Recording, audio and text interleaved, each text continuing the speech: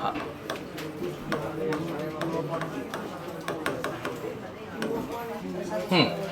तो देखो भाई,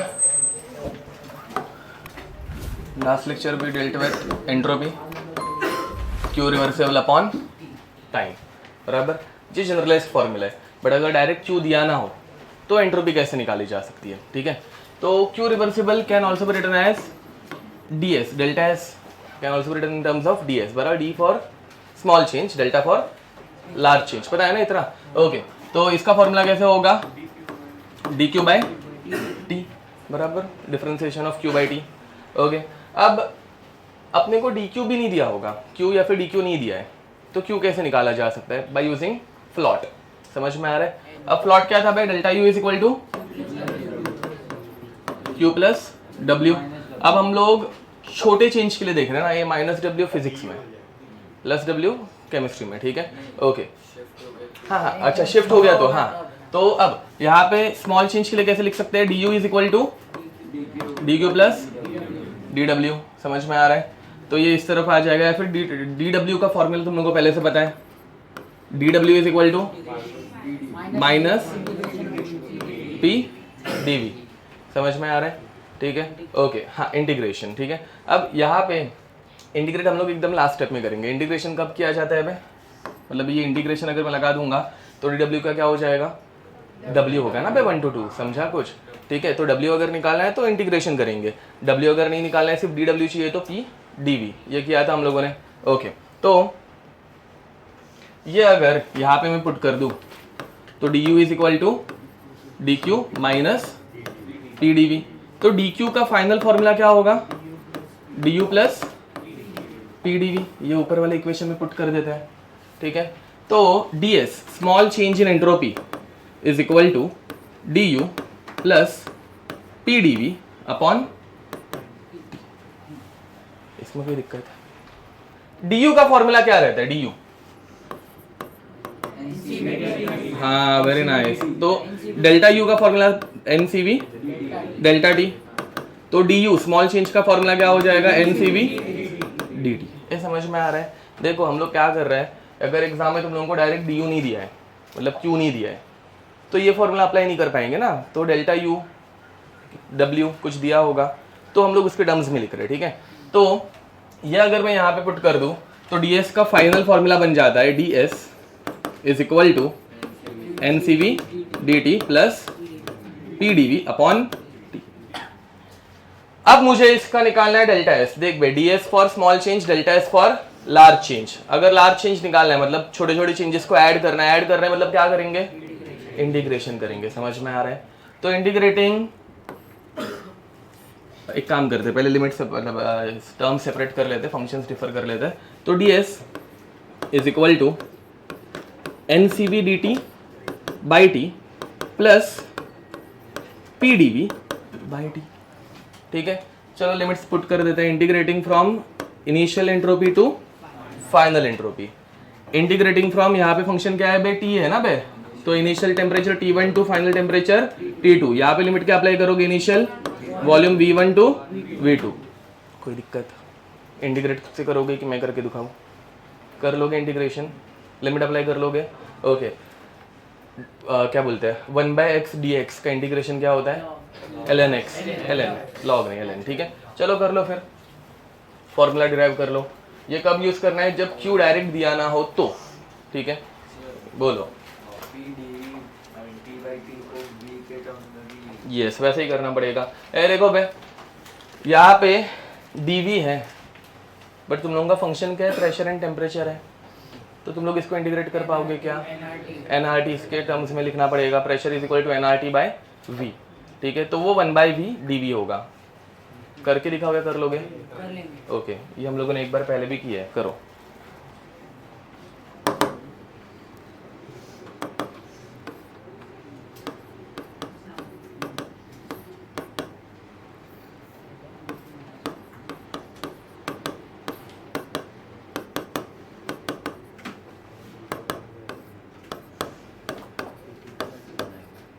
NRT by V T d V, ठीक है। यहाँ पे टी टी कैंसल आउट हो जाएगा, ठीक है। Integration of ds, integration of dx क्या होता है, x होता है, तो ds का क्या होगा, s होगा। फिर बाद में लिमिट अप्लाई करेंगे, s2 minus s1, direct delta s लिख दूँ। ओके, तो ये बन गया delta s which is equal to ncv, बाहर निकल गया ncv, लिमिट मतलब इंटीग्रेशन ऑफ 1/t dt क्या होगा, ln of t, t1 to t2 plus nr बाहर निकल जाएगा, नंबर ऑफ मोल्स कांस्टेंट रहता है, r कांस्टेंट रहता है, बाहर निकल गया तो nr बाहर आ गया। Integration of 1/v dv ln of v, limit extending from v1 to v2, समझे। अब लिमिट अप्लाई करते वक्त याद रखना भाई पूरे फंक्शन को अप्लाई करते हैं, ठीक है। तो मतलब स्क्वायर होगा तो t1 और t2 दोनों का स्क्वायर होगा, लॉग हुआ तो दोनों का लॉग होगा, समझ में आ रहा है। तो n cv ln t2 minus t1, ये गलत है। हाँ, ये ऐसे करेंगे क्या, नहीं, कैसे लिखना है, पूरे फंक्शन को अप्लाई करना है। तो ln of t2 minus ln of t1, नहीं ये मिस्टेक हुई है इसलिए लिख रहा हूँ एक बार, nr ln of v2 minus ln of v1, समझे। फिर बाद में तुम लोग इसका डिवीजन में मतलब रेशियो ले सकते हो, ln t2 बाई t1, ठीक है। तो final formula for delta s becomes n cv ln t2 by t1 plus nr ln v2 by v1। कोई दिक्कत? इस फॉर्मूला को अगर मुझे प्रेशर के टर्म्स में लिखना है, ठीक है, अब ये कौन से टर्म्स में है, वॉल्यूम के टर्म्स में है, तो अगर मुझे प्रेशर के टर्म्स में लिखना है नहीं कर सकते direct, because temperature is not constant, बहुत सही बोला उसने, ठीक है।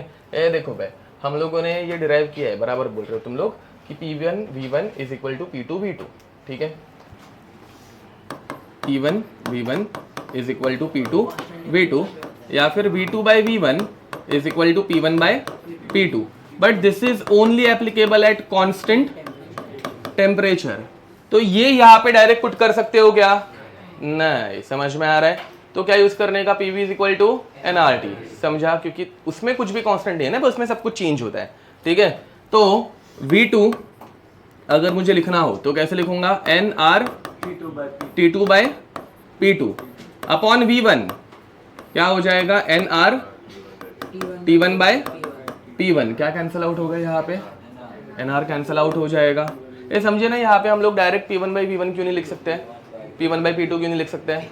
ओके, तो V1 बाय हाँ V2 by V1 is equal to P1 by P2 into T2 by T1, इसमें कोई दिक्कत, ये यहाँ पे पुट कर दूँ, यहाँ पे पुट कर देते हैं, चलो।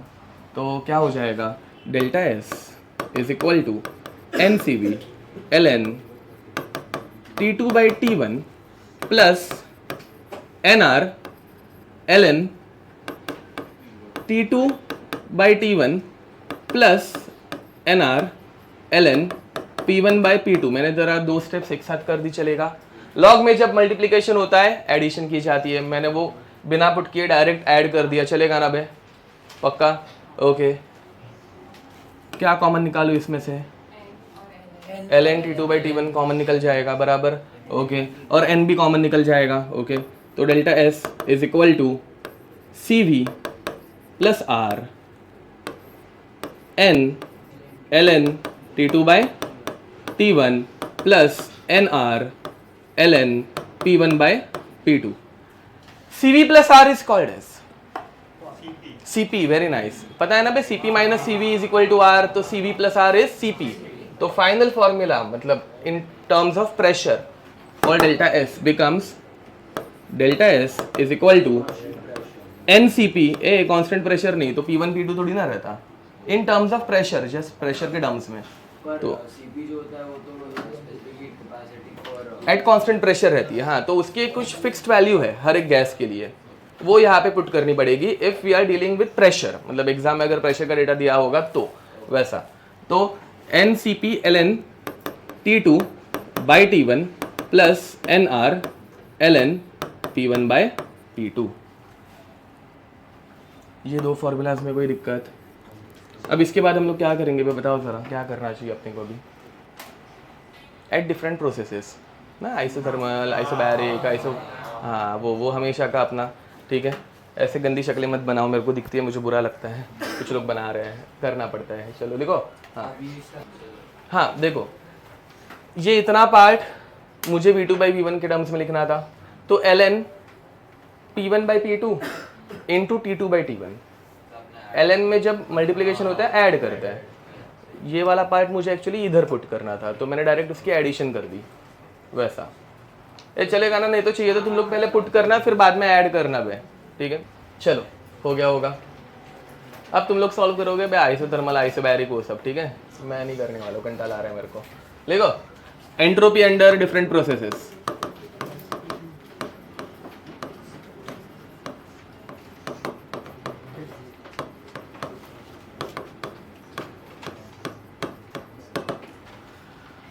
Let us start with isothermal.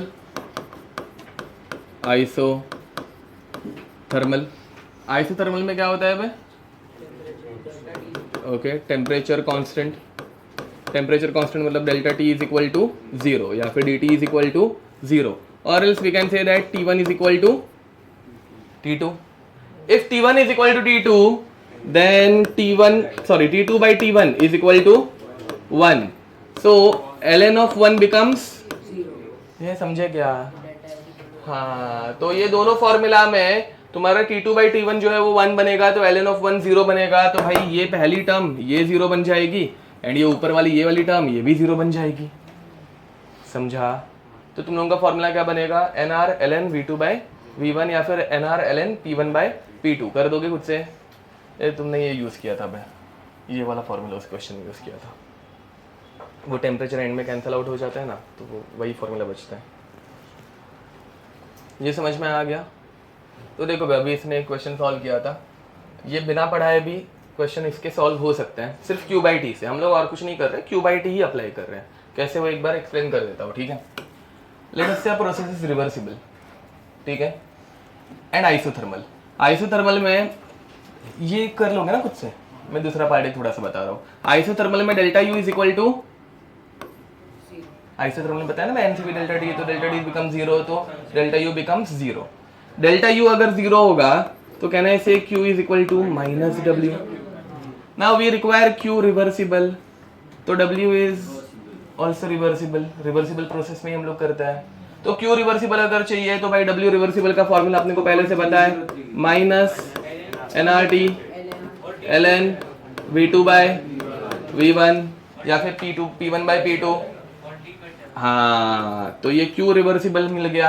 हम लोगों को डेल्टा S निकालना है, तो delta S is Q reversible by T, तो nRT ln V2/V1 upon T, T cut हो गया, nR ln V2/V1। समझा? तो ये सब हम लोग क्यों कर रहे हैं कि भाई अगर तुम लोगों को एग्जाम में Q डायरेक्ट नहीं दिया है और W दिया है या फिर कुछ अलग दिया है, तो वो कैसे निकाला जाए। समझा? बट फॉर्मूला चेंज हो रहा है। क्या ओरिजिनल फॉर्मूला क्या था? Q रिवर्सिबल बाई T, वो अभी भी वही है। ये जो हम लोग किए हैं उसके बाद भी फॉर्मूला चेंज हुआ है क्या? ना, it is still Q reversible by T। कुछ समझा? ये चाहिए होगा तो लिख देना, नहीं लिखोगे तो भी चलेगा। अभी जो बताया वो पहले लिखना, ठीक है। ओके,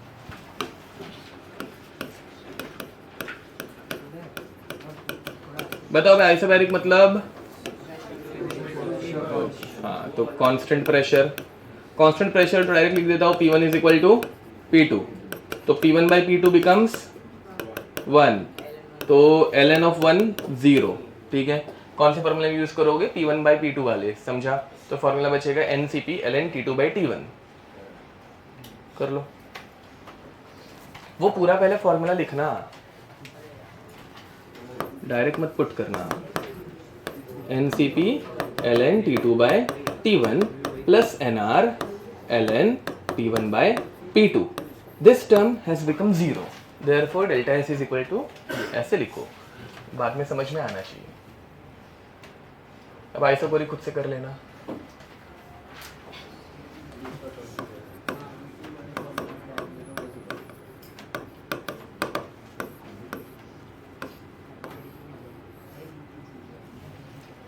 फिजिक्स में एंट्रोपी एंड ऑल नहीं रहता, ठीक है।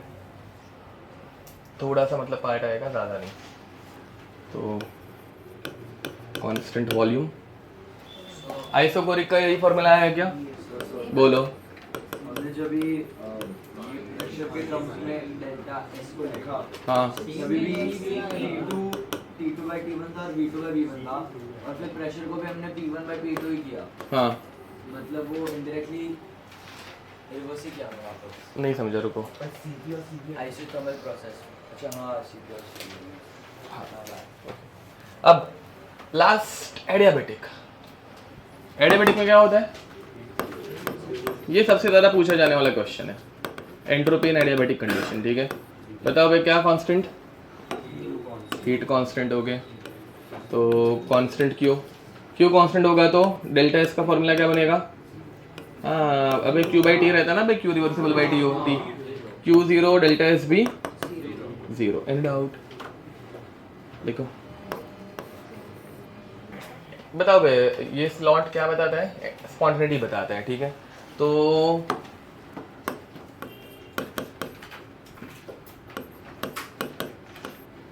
Slot, second law of thermodynamics, spontaneous process में एनर्जी बढ़ती है कम की कम होती है? स्पॉन्टेनियस प्रोसेस में एनर्जी बढ़नी चाहिए कि कम होनी चाहिए? कम होनी चाहिए। ठीक है, एनर्जी कम होगी तो कंपाउंड जो बनेगा वो स्टेबल बनेगा ना भाई, समझ में आ रहा है? सिस्टम हमेशा स्टेबिलिटी की तरफ जाएगा। एनर्जी कम होना मतलब एंथैल्पी पॉजिटिव है नेगेटिव? नेगेटिव, एंथैल्पी नेगेटिव, समझा? एंड डिसऑर्डर बढ़ना चाहिए कि कम होना चाहिए? बढ़ना चाहिए। डिसऑर्डर बढ़ता है, समझ में आ रहा है? डिसऑर्डर, हाँ तो एनर्जी कम तो डिसऑर्डर बढ़ सकता है, क्यों नहीं? यस, मतलब चीज़ों को ऑर्डरली मैनर में प्लेस करने में सारा एनर्जी लग सकती है, बट ऐसे ही फैला देने में क्या एनर्जी लगती है, वैसा काइंड ऑफ। ठीक है, हाँ तो डिसऑर्डर बढ़ना चाहिए कि कम होना चाहिए? बढ़ना चाहिए, समझ में आ रहा है? एंड डिसऑर्डर बढ़ेगा तो एंट्रोपी बढ़ेगी, मतलब पॉजिटिव है नेगेटिव? पॉजिटिव, समझा? तो स्पॉन्टेनिटी की दो कंडीशन रहती है, एक रहती है एंथैल्पी, एंथैल्पी पॉजिटिव है नेगेटिव रहनी चाहिए? नेगेटिव, एंट्रोपी पॉजिटिव, समझा? Okay, but slot talks about, see right now we are dealing with system, but slot talks about universe. Universe मतलब एंट्रोपी टोटल एंट्रोपी, समझा? Which is entropy of system plus entropy change of surrounding, समझा? Okay, तो slot क्या बोलता है बे? पूरे universe की मतलब टोटल एंट्रोपी चेंज अगर पॉजिटिव होगा then the reaction is spontaneous, reaction or process is spontaneous. If entropy change is less than 0, non-spontaneous, okay. And if total entropy change is equal to 0, then the system is at equilibrium, or else it can also be called as reversible. Equilibrium reversible process रहती है ना, आगे भी जाती पीछे भी आती है, आगे पीछे, समझ में आ रहा है? ओके, नहीं केमिकल रिएक्शन में इमेजिनरी रहता है ना, केमिकल रिएक्शन में वो हो सकता है वैसा, इधर तो कोई दिक्कत? ओके, तो अब क्वेश्चन करेंगे। Question, 1 mole of an ideal monoatomic gas is expanded isothermally and reversibly from 4 atmosphere to 1 atmosphere at 27 degrees Celsius. Find A, entropy change of system, B, entropy change of universe, C, entropy change of surrounding. एक चीज direct फटाक से मिल जाएगी, entropy change of universe. Universe मतलब total. कौन सी process है? Correct बोला। कौन सी प्रोसेस है? रिवर्सिबल प्रोसेस है। रिवर्सिबल प्रोसेस में टोटल एंट्रोपी चेंज 0, समझा? तो टोटल एंट्रोपी चेंज 0 मिल गया। अब हम लोगों ने जो फॉर्मूलाज बनाया वो किसके लिए बनाया है? हम लोगों ने सिस्टम के लिए फॉर्मूलाज बनाया है, तो सिस्टम का निकालो एंड सिस्टम मिल गया, तो मेरे ख्याल से surrounding minus of system, correct? ठीक है, नहीं समझ में आ रहा होगा तो पहले सिस्टम के लिए निकाल लो। कौन सा फॉर्मूला यूज करोगे? P1 by P2, very nice.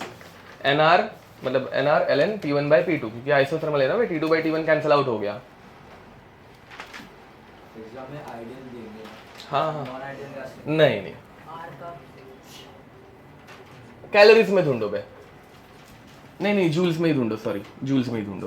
तो पहली बात तो इधर R इज इक्वल टू 25/3 ले लो, जूल पर मोल पर केल्विन। दूसरी बात ln ऑफ 2 0.7 ले लो। एग्जाम में अगर 0.693 बोला हो तो 0.693 ही लेना, ठीक है। अब यहाँ पे 0.7, चलो। तो एंट्रोपी का यूनिट, हाँ करेक्ट बोला। तो देखो भाई एंट्रोपी का ओरिजिनल फॉर्मूला क्या था? Delta S is equal to Q reversible by T. Q हम लोग जूल्स में रख रहे हैं, टेम्परेचर हम लोग केल्विन में यूज करते हैं, तो फॉर्मूला बनेगा जूल पर केल्विन, खत्म। ठीक है, क्या हुआ? टेम्परेचर का यूज नहीं है यहाँ पे, वो टाइम पास के लिए दिया है मैंने। सराउंडिंग का माइनस में होगा, यस। देखो बे NR ln P1 by P2, ठीक है, 1 इंटू 25/3 इंटू ln ऑफ 4 बराबर ln of 4 can be written as 2 square. Direct लिखने चलेगा ना भाई 4/1, तो 2 स्क्वायर मतलब 2 इंटू 0.7 1.4, 1.4 इंटू 25 35 आ रहा है बोला ना तुमने, ओके। तो 35/3 जूल पर केल्विन, समझा? ये क्या हो गया? Entropy of system.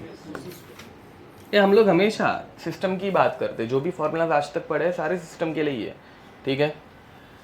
Now entropy change for universe, yes, ये बन जाएगा 0। And entropy change of surrounding can be written as entropy change of universe minus entropy change of system. ये 0 बन गया और माइनस मतलब minus 35/3।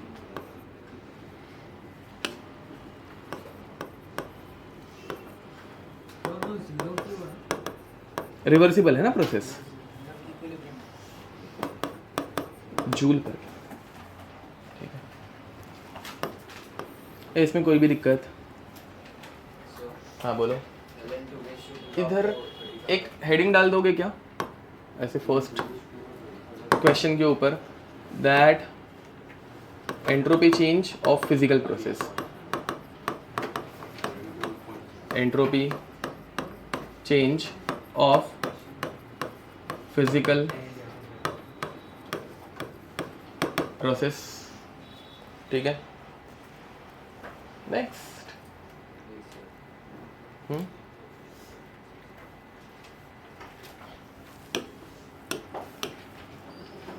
second,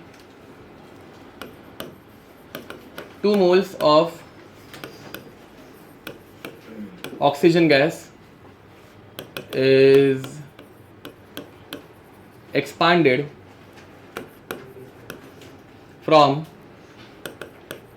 10 liter to 80 liter adiabatically and reversibly.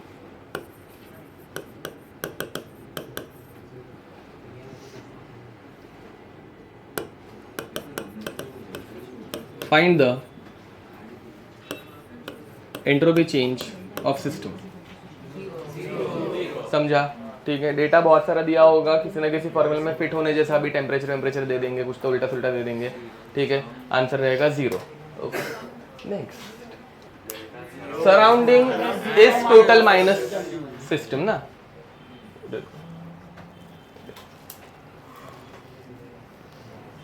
Total is equal to system plus surrounding, तो surrounding is total minus system. Total minus system लिखा है ना, वो यूनिवर्स माइनस सिस्टम। नेक्स्ट, इसमें कुछ बताने की जरूरत नहीं है ना, Q is equal to 0, delta S is equal to 0, ठीक है। Okay, next, third, a gas, ideal, diatomic gas, हाँ ठीक है ना, वो सिर्फ पहले गैस लिखा था ना इसलिए, an ideal diatomic gas bracket में 5 moles is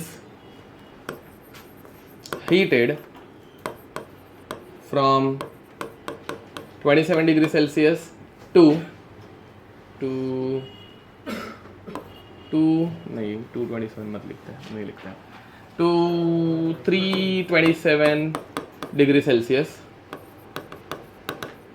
during which its volume is tripled isobarically.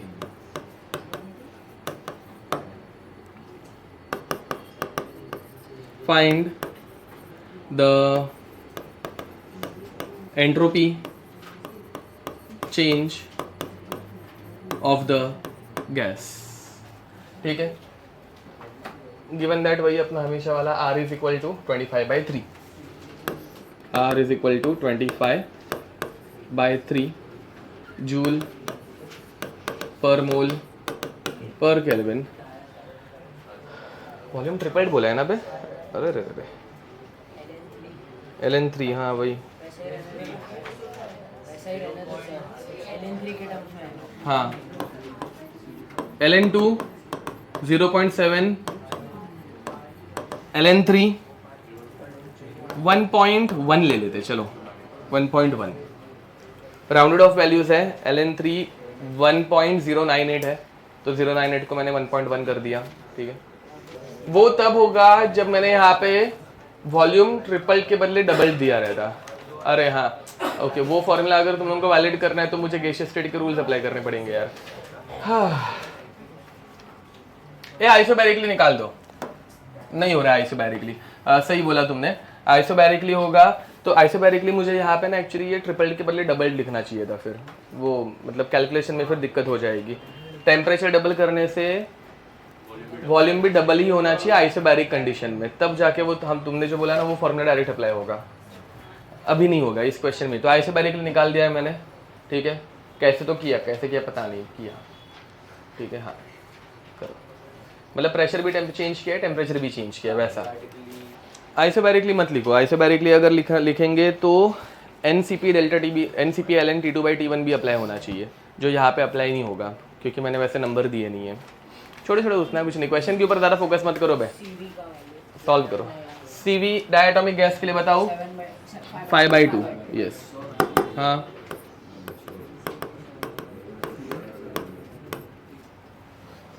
Direct values put करूँ, फॉर्मूला बिना लिखे, ओके। तो delta S is equal to 5 moles दिया है, तो delta S is equal to 5 into NCV, CV है 5/2, R की वैल्यू है 25/3, LN T2 600, एक minute by 300 plus NR 25/3 into LN tripled हो गया ना भाई, तो V2/V1 तो 3/1, समझा ना, ट्रिपल किया मतलब इनिशियल वॉल्यूम V1 था, इनिशियल वॉल्यूम V1 था एंड उसका ट्रिपल किया तो 3 टाइम्स ऑफ V1 किया, V1 कैंसिल, LN ऑफ 3, समझे। फिर बाद में ये वैल्यूज तुम लोग पुट करके आंसर निकाल सकते हो, ठीक है। ट्राई करें निकालने का फटाक से। तो देखो भाई ऊपर क्या है 25 into 25/6 into 0.7 plus 5 into 25/3 into 1.1, समझा, ठीक है। अब इसमें से तुम लोग 25 पहले बाहर निकाल के फिर ऐड करके करोगे तो भी इजी हो जाएगा थोड़ा सा, ठीक है। हाँ वही 25/3 को ना, हाँ 25/3 को कॉमन लो, या फिर 25/6 को डायरेक्ट कॉमन ले लेते ना, इधर 2 और 2 से मल्टीप्लाई करते ये 10 हो जाएगा, 10 भी अच्छा नंबर आ जाएगा। तो यहाँ पे देखो भाई 25/6 को मैंने कॉमन लिया, ब्रैकेट के अंदर बचेगा 25 इंटू 0.7 प्लस 10 इंटू 1.1। देखो समझ में आ रहा है क्या क्या किया? इधर मैंने 2 से मल्टीप्लाई एंड डिवाइड किया तो ये 10 बन गया, नीचे 6 आ गया, 6 भी बाहर आ गया, 10 इंटू 1.1 11, 11 एक मस्त नंबर है, एंड 725 था 175 मतलब 17.5 आ गया, ठीक है। तो ये हो जाएगा 25/6 इंटू 28.5 ना, 28.5 समझे। फिर बाद में 25 से मल्टीप्लाई करना है क्या, 17.5, ये 17.5 हुआ ना, प्लस 11 तो 28.5 ये बराबर है। फिर बाद में 25 से मल्टीप्लाई करना, 6 से डिवाइड करना, इतनी कुछ बड़ी बात नहीं है, वो बाद में इजीली हो जाएगा, समझा, ठीक है। जो आएगा वो आंसर कुछ तो रहेगा। हाँ 3 नहीं 6 है ना, ये कैंसिल आउट हो रहा है डायरेक्ट एग्जैक्ट कितना आ रहा है, 9.5 आ रहा है। ओह देखा क्या मस्त नंबर बताऊँ मैं, बस ना 9.5/2। अच्छा 3 से तो वापस 2 आने ही वाला है, ओके ठीक है चलो। बस हो गया, मेरे को आगे सॉल्व नहीं करना है ऐसा, मतलब मेरी अच्छा हाँ ठीक है 1187 समथिंग, ठीक है। ये वाली ना मैंने यहाँ पे 2 से मल्टीप्लाई एंड डिवाइड किया तो ये 10/6 हुआ, फिर मैंने ये 25/6 कॉमन निकाला तो वो 10 इंटू 1.1 बचा वहाँ पे, वैसा मल्टीप्लाई एंड डिवाइड बाई 2, ठीक है। अरे सॉल्विंग के लिए तुम लोग कोई भी मेथड यूज करो बे, मतलब ऐसे कुछ नहीं, मैंने थोड़ा सा सिंप्लीफाई करके दिया वैसा, ठीक है। आगे बढ़े,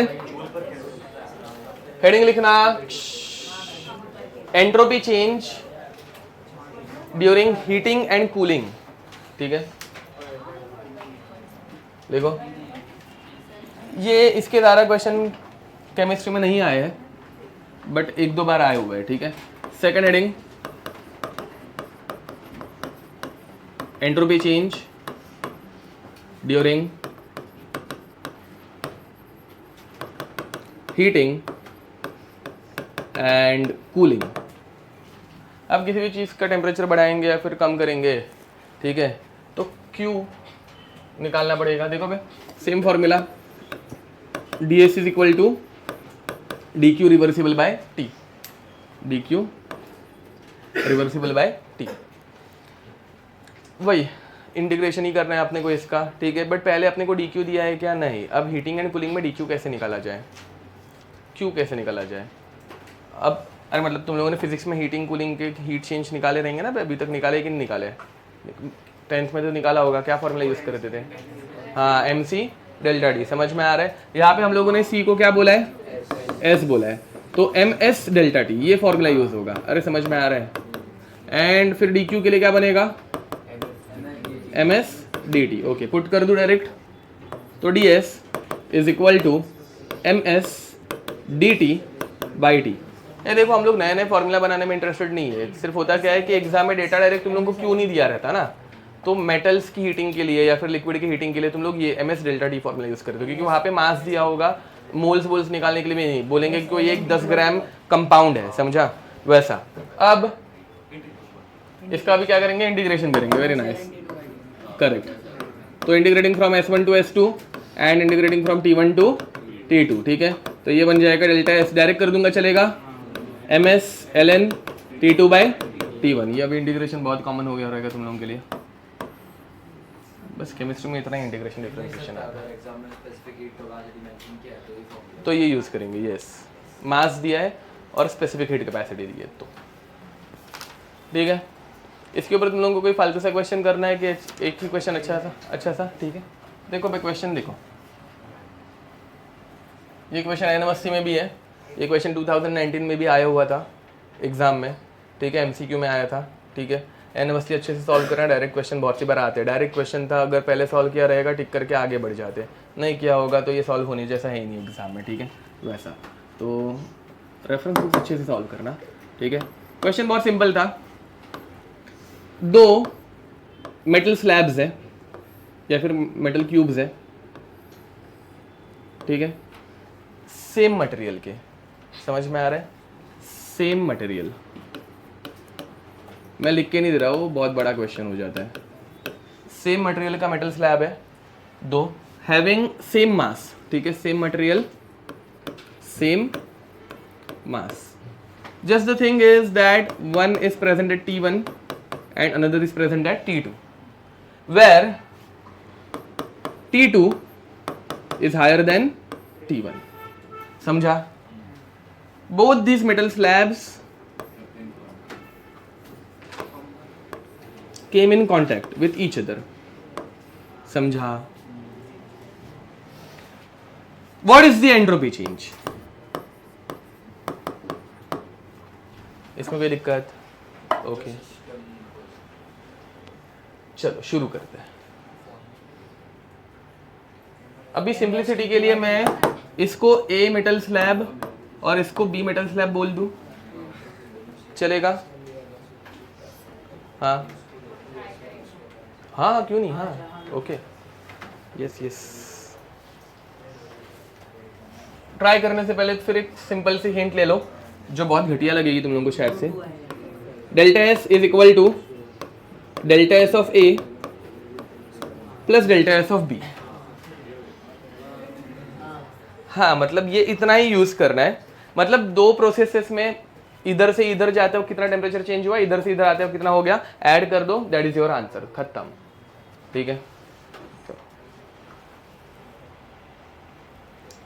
पहले टेम्परेचर चेंज निकालना पड़ेगा कि भाई दोनों कांटेक्ट में आने के बाद टेम्परेचर चेंज कितना हुआ। हाँ, वो मैं, मुझे आंसर नहीं चाहिए, वो तुम लोग खुद से करो अभी। हाँ, ऐसे चिल्ला चिल्ला के बताने का नहीं, लोगों को खुद से करने का। इधर एक ही चीज निकालनी थी, फाइनल टेम्परेचर, कि ये दोनों कांटेक्ट में आने के बाद फाइनल टेम्परेचर कितना बनेगा। ठीक है, which is over here it is average है। देखो भाई, अभी एक साल ये क्वेश्चन आके गया है जहां पे मास दोनों का सेम था और मटेरियल भी सेम था। मटेरियल सेम ही रखेंगे बट नेक्स्ट टाइम शायद से मास चेंज कर दे। अबे समझा? चलो इसके बाद मैं एक क्वेश्चन बना के देता हूँ, सॉल्व नहीं करके दूंगा क्योंकि फिर बाद में टाइम जाएगा, बर्बाद होगा इसलिए। बट ये क्वेश्चन आया ना, तो अभी अगले साल कौन सा क्वेश्चन कैसे टाइप का आएगा वो एक बार ट्राई करेंगे हम लोग। देखो, तो अभी इन दोनों का मास सेम है, मटेरियल सेम है, तो इनका टेम्परेचर एवरेज होगा। मतलब क्या, T1 plus T2 by 2 average. ठीक बा, अब बस हम लोगों को delta S A and plus delta S B करना है। तो क्या होगा, MS ln T2, तो T2 क्या है अपना, T1 plus T2 by 2 plus MS ln T1 plus T2 by 2। Sorry यार, एक छोटी सी मिस्टेक कर दी। ए के लिए T1 क्या था, T1 था, एंड यहाँ पे T1 क्या था, T2 था। समझे? ठीक है, बस MS को कॉमन निकालो। ठीक है, करेक्ट। तो फाइनल एक्सप्रेशन है MS ln T1 plus T2 by 2 T1 plus ln T1 plus T2 by 2 T2। अब एग्जाम में फाइनली मल्टीप्लाई भी कर दिया था, समझा? हाँ करेक्ट, 4 T1 T2, समझिए? पक्का? ओके,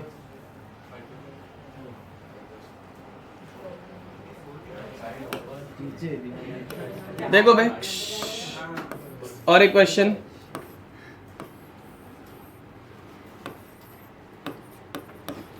सेम मटेरियल, ठीक है, सेम मटेरियल मतलब इनके एस की वैल्यू सेम है, समझा? बट ए का मास, ये ए क्यों बोल रहे हैं हम लोग, ए का मास m है तो b का मास 2m है, समझे? बाकी सेम ना, बाकी मतलब दे केम इन कांटेक्ट। ठीक है, टेम्परेचर T1, टेम्परेचर T2, ठीक है, both of them came in contact with each other, what is the entropy change? ठीक है, यहाँ पे सिर्फ, हाँ, T2 is higher than T1, yes, T2 is higher than T1। ठीक है, कर लोगे ये?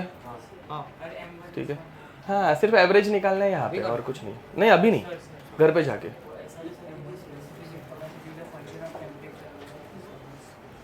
नहीं मतलब नहीं आ सकते, हाँ अच्छा वैसे आ सकते हैं ना, क्यों नहीं, हाँ मतलब कि s इज हाँ AT² AT³ वैसा करके ना, हाँ यस यस रेडॉक्स में ही नहीं, यहाँ पे एडवांस, हाँ एडवांस में आ सकता है, यस वैसा आ सकता है। फिर बाद में वो इंटीग्रेशन में तुम लोगों को CV को बाहर निकालने नहीं मिलेगा, फिर तुम्हें पूरा इंटीग्रेट करना पड़ेगा, हाँ वैसा हो सकता है, मिल जाएंगे यूनिवर्सिटी में है ऐसे वाले क्वेश्चंस बहुत सारे। लेवल 1 या 2 याद नहीं आ रहा है। चलो आगे बढ़े, ये अभी सॉल्व नहीं करना है, ठीक है। थर्ड,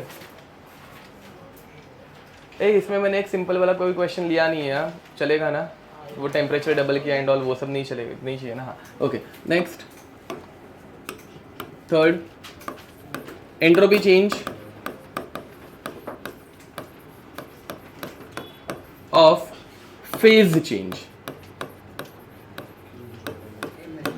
अब ध्यान दो, फेज चेंज और केमिकल रिएक्शन, इसके लिए एक बहुत इंपॉर्टेंट चीज बताई है मैंने, they always occur at a constant temperature and pressure, ठीक है। मतलब वाटर का बॉइलिंग पॉइंट रहता है 100 degree Celsius only at 1 atmosphere. Pressure बढ़ाएंगे बॉइलिंग पॉइंट भी बढ़ता है ना, प्रेशर कुकर के अंदर बॉइलिंग पॉइंट ज्यादा रहता है वैसा, ठीक है। तो बॉइलिंग और मेल्टिंग और any other physical phase change process occurs at constant temperature and pressure, ठीक है। बताओ अभी अपना डेल्टा एस का formula, Q reversible by T। Now Q reversible can be called as, समझा, डेल्टा H। तो delta S is equal to delta H by T, समझा। Delta T कैसे, कांस्टेंट टेम्परेचर है ना, delta H is equal to delta S, हाँ वैसे लिख सकते हैं। अब रुको एक मिनट, अगर लेट अस से वेपराइजेशन बोल रहा है, तो वेपराइजेशन में तुम लोगों को दिया होगा delta H of vaporization, and temperature जो रहेगा वो रहेगा तुम लोगों का ना, वेपराइजेशन हो रहा है मतलब क्या, बॉइलिंग हो रहा है, समझा।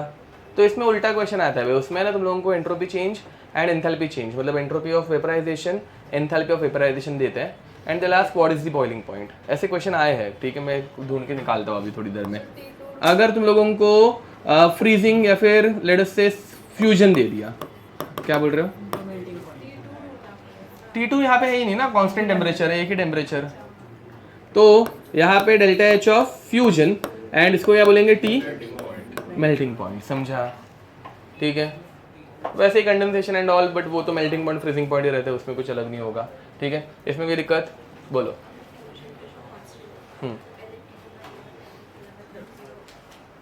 बट वो करने की जरूरत ही नहीं है ना हमें, टेम्परेचर अगर कांस्टेंट है तो ln,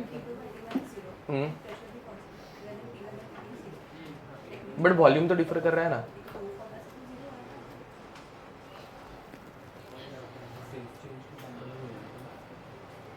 T2 by T1, but वो फिर हम लोग फिजिकल प्रोसेस के लिए अप्लाई करेंगे ना, मतलब फिजिकल प्रोसेस मतलब एक्सपांशन एंड कॉम्प्रेशन, उसमें हम लोग प्रेशर वेरी करते हैं, टेम्परेचर वेरी करते हैं एंड ऑल। अगर हम लोगों ने एक्चुअल में किसी गैस को बिना प्रेशर चेंज किए बिना टेम्परेचर चेंज किए ऐसे ही रख दिया, तो उसकी एंट्रोपी हम लोग 0 बोल सकते हैं गैस के लिए। But right now it is a completely different process ना, फेज चेंज हो रहा है, मतलब कोई सॉलिड लिक्विड में चेंज हो रहा है, तो कुछ भी हो जाए, हाँ डिसऑर्डर बढ़ेगा, कुछ भी हो जाए हीट तो प्रोवाइड करेंगे, कुछ हीट देंगे, समझ में आ रहा है। तो प्रेशर एंड टेम्परेचर चेंज नहीं हो रहा है, but still some heat is giving ना, मतलब गिवन, समझे। तो हीट चेंज तो अकाउंटेबल रहने ही वाला है वैसा, इसलिए हाँ नहीं पी ना, वॉल्यूम कांस्टेंट नहीं है, नहीं QV तब लिखते हैं heat change at constant volume, हाँ बोलो।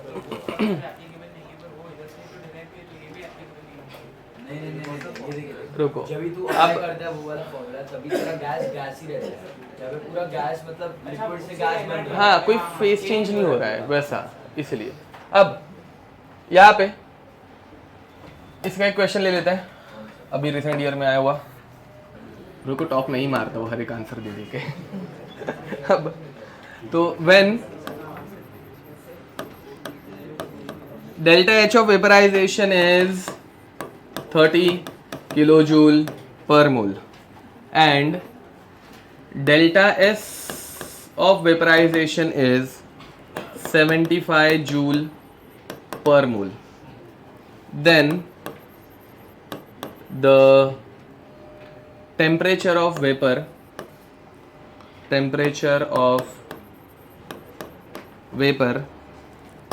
at 1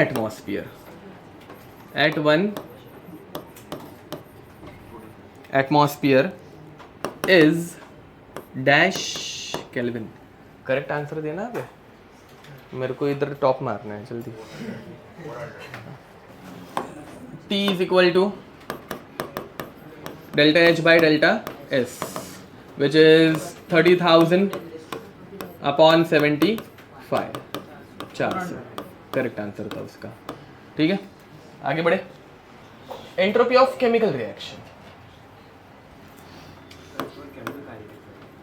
इसके बाद हाँ कोरल का स्टार्ट हो गया। Entropy of chemical reaction same क्या, आज खत्म नहीं हो पाएगा शायद से, अगले लेक्चर में, फिर अगले लेक्चर में हम लोग केमिकल काइनेटिक्स स्टार्ट कर देंगे, पहले से बहुत लेक्चर पीछे रह गए। हाँ नहीं ना यार अभी जल्दी छोड़ना, 3 लेक्चर मैंने मिस कर दिए यार। देखो भाई क्या बोला, क्या बोला वो, क्या एक स्टूडेंट है जो ऐसा कॉपी करते हैं। अच्छा आ गया। उसके डैड के मार्क्स मैथ से ज्यादा है। हाँ उसके डैड के मार्क्स मैथ से ज्यादा है। किसके डैड? ओके डैड के मार्क्स मैथ से ज्यादा है। Oh online okay. देखो भाई कांस्टेंट टेम्परेचर प्रेशर पे केमिकल रिएक्शन भी होती है, फेस चेंज केमिकल रिएक्शन दोनों occurs at constant temperature and pressure, same constant pressure. तो इसका भी फॉर्मूला क्या बनेगा, delta S is equal to delta H of reaction upon temperature. ठीक है अब बट इसके ऊपर ये वाला क्वेश्चन आने के चांसेस बहुत कम है, मतलब नहीं आएगा। ठीक है इसके ऊपर कौन सा क्वेश्चन आएगा, इसके ऊपर ऐसा क्वेश्चन आएगा, A moles of A plus B moles of B giving us C moles of C plus D moles of D, and they'll give us entropy of A, entropy of B, entropy of C, entropy of D, समझा? And then they'll ask what is the entropy change in this reaction, बताओ बे। Very nice. Entropy of product minus reactant, तो at C plus D into A minus A plus B नहीं, गलत है। Entropy of product नहीं C plus D minus A plus B गलत है। सबका एडिशन नहीं नहीं क्या बोल, C into SC plus हाँ कोएफिशिएंट हाँ यस कोएफिशिएंट मल्टीप्लाई। ए भाई ये सब मोलार रहता है ना भाई, एक मोल के लिए दिया रहता है, तो C into C plus D into S D minus A into S A plus B into S B. ठीक है भूलना मत बे, ये पहले भी 2-3 बार किया है हम लोगों ने, ये बॉन्ड एंथैल्पी एंड ऑल के टाइम पे भी किया था ना, वैसा ही है। ठीक है सॉरी।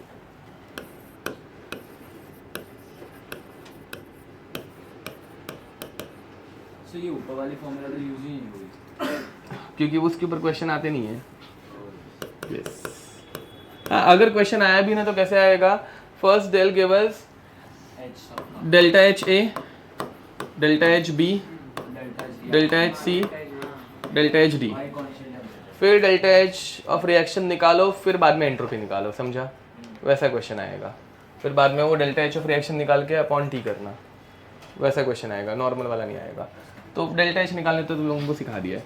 तो N2 प्लस 2O2, नहीं मेरे पास डेटा O2 वाला है, giving us 2 NO2, gas gas gas. चलो मैं फटाक से बताओ इस रिएक्शन में एंट्रोपी बढ़ रही है कि कम हो रही है, डिसऑर्डर बढ़ रहा है कि कम हो रहा है? कम हो रहा है, वेरी नाइस, क्यूब है, यस। पहले 3 मोल गैस था, 2 मोल गैस बचा, समझ में आ रहा है? तो एंट्रोपी चेंज जो आएगा वो पॉजिटिव आएगा कि नेगेटिव आएगा? नेगेटिव आएगा, ओके। एंड उसका SM जिसका यूनिट है जूल पर मोल पर kelvin, SM stands for molar entropy, M for molar, और कुछ नहीं, ठीक है? तो N2O2 NO2, N2O2 NO2, 180 220 240 for physical process. CP तुम समझ नहीं रहे हो, CP जो रहता है that is defined for a single gas, getting it? इधर सिंगल गैस नहीं है, देखो। तो अगर तुम लोगों को वो वाला फॉर्मूला यहां पे पुट करना है, FC H can be written as NCPT, let us say, ठीक है? Delta H is equal to N delta NCPT, समझे? पूरा delta. Temperature is constant delta के बाहर, delta NCP over here delta N -1, delta CP, हर एक का CP फिर निकालना पड़ेगा, डायटोमिक ऐसा, and then you will get a legit formula for chemical reaction. वो पूरा फॉर्मूला फिर चेंज होगा ना, वो हम लोगों ने पहले जो डिराइव किया था that was for a single gas, ये नहीं। हाँ, फेस चेंज में भी वैसा हम लोग फिर करना पड़ेगा कुछ तो, कि सॉलिड की स्पेसिफिक हीट कैपेसिटी अलग, सॉलिड मतलब फेस चेंज में नंबर ऑफ मोल्स चेंज नहीं होंगे, टेम्परेचर भी चेंज नहीं होगा, बट सॉलिड की हीट कैपेसिटी एंड गैस की हीट कैपेसिटी वो डिफर करेगी। तो वहां पे डेल्टा CP NT ऐसा होगा, फिर वैसा। रीरस करूँ या कि तुम्हें लिखना है? लिख दो, ये एक बार चाहिए तो। ये याद रखना बेक्ष, NCP डेल्टा T वो हम लोगों ने एक स्पेसिफिक गैस का टेम्परेचर चेंज जब होता है तब निकाला था, ठीक है? बट अगर केमिकल रिएक्शन है, लेट्स से H का फॉर्मूला रहता है NCPT, ठीक है? तो डेल्टा H का फॉर्मूला होगा delta NCPT। Now temperature is not, temperature is constant, तो अभी टेम्परेचर बाहर आएगा but number of moles is changing, तो नंबर ऑफ मोल्स अंदर ही रहेंगे। CP भी चेंज हो रहा है ना, N2 का CP, O2 का CP एंड NO2 का CP थोड़ा थोड़ा डिफर करेगा, समझ में आ रहा है? तो वो भी अंदर ही रहेगा। तो फॉर्मूला यहाँ पे हम लोग अगर बोलने जाएंगे तो N नहीं T डेल्टा NCP वैसा होगा, ठीक है? ओके, बोलो। इधर अगर कोई मतलब सब गैस की जगह अगर कोई सॉलिड आया तो उसका एंट्रोपी भी मतलब इंक्लूड करना पड़ेगा प्रोडक्ट में। उसका एंट्रोपी अगर दिया होगा तो, बट जनरली हम लोग सॉलिड्स की एंट्रोपी 0 ही पकड़ लेते हैं। हाँ, नहीं तो यहाँ पे कैसे होगा? ओके चलो, ये देखो बे, HNCPT ऐसा कोई फॉर्मूला है ही नहीं एक्चुअली, वो हम लोग QP से निकालते हैं। हाँ, उसको उसे डाउट था कि टेम्परेचर अगर कांस्टेंट है तो डेल्टा H भी 0 होना चाहिए ना, बट केमिकल रिएक्शन के लिए क्यों नहीं होता वैसा। हाँ, तुम बाकी लोग बातें करना बंद करो। तो देखो ना, over here temperature is constant, temperature is constant, तो डेल्टा NCP कैसे निकालें? डेल्टा NCP अगर निकालना होगा, number of moles of NO2 into CP of NO2 product minus number of moles of N2 CP of N2 plus number of moles of O2 CP of O2, ऐसे करना पड़ेगा, ठीक है? ओके, CP कांस्टेंट नहीं रहता। कोई एक solid का CP हीट कैपेसिटी, सॉलिड को हीट करने में ज्यादा एनर्जी लगेगी, ज्यादा हीट लगेगी, गैस फटाक से हीटअप हो जाएगी ना बे, समझ में आ रहा है? तो गैस और सॉलिड सेम मटेरियल का है, फिर भी उनकी हीट कैपेसिटी अलग रहती है, डिफरेंट रहती है, गेटिंग इट? वैसा। ओके, आगे बढ़े। अब लिखो इसको स्टेट को क्या है तो वो अलग अलग फॉर्मूला कैसे बनेगा? अलग अलग फॉर्मूला के साथ भी बट उसका आंसर सेम ही आएगा। पर पहले डेल्टा टी पे मतलब देखो आइसोबैरिक में तुम delta S is equal to Q by T, मतलब क्यू पी बाई टी ये यूज़ करो, या delta S is equal to N C P L N T two by T one plus N R L N P one by P two use करो, same ही रहेगा। And state function का मतलब क्या है कि अगर कोई प्रोसेस में जो चेंज आ रहा है वो आइसोबैरिकली लेट अस से 300 जूल पर केल्विन आ रहा है आइसोबैरिकली, तो वो आइसोथर्मली भी सेम आएगा। वो एडियाबेटिकली नहीं, सॉरी एडियाबेटिकली तो यहाँ पे पूरा वो हीट ही नहीं कर रहे ना, कुछ प्रोसेस होगा ही नहीं फिर एक्चुअल में, ठीक है। आइसोबैरिकली, आइसोथर्मली एंड आइसोकोरिकली भी सेम ही आएगा। वो स्टेट फंक्शन का मीनिंग रहता है, समझ में आ रहा है। तो वो जो वैल्यूज हम लोग पुट करते हैं तो अपने आप वो आंसर सेम ही आता है, बट वो उसके लिए पूरा वो गेशियस स्टेट के लॉज यूज करके फिर मुझे क्वेश्चन बना के देना पड़ेगा कि वो प्रॉपर सारे लॉज फॉलो कर रहे हैं, तब जाके वो एग्जैक्ट वैल्यूज वहाँ पे पुट करने के बाद आंसर सेम आता है, वैसा। देखो भाई एंट्रोपी कंपैरिजन, अलग अलग प्रोसेस में एंट्रोपी कैसे कंपेयर कर सकते हैं, ठीक है। पहला है heating and cooling. Heating and cooling, बताओ भाई हीट करने से डिसऑर्डर बढ़ेगा, entropy is nothing but disorder, ठीक है। तो बताओ हीट करने से एंट्रोपी बढ़ेगी या कम होगी? बढ़ेगा, ओके। तो हीटिंग में delta S is positive and cooling में डेल्टा एस इज नेगेटिव, ठीक है। नेक्स्ट, हाँ वो हम लोग प्लॉट में देख लेते हैं, third law of thermodynamics. Disorder होगा बट कूलिंग में भी डिसऑर्डर रहेगा, बट वो कम होते जाएगा ना, मतलब मॉलिक्यूल शांत होते जाएंगे ना। गैसेस के केस में गैस अगर एक्सपांड हो रही है एंट्रोपी बढ़ेगी या कम होगी? भाई डिसऑर्डर बढ़ेगा या कम होगा? बढ़ेगा। तो एक्सपांशन में delta S is positive and अगर कंप्रेस करेंगे तो नेगेटिव, ओके। कंप्रेशन में delta S is negative.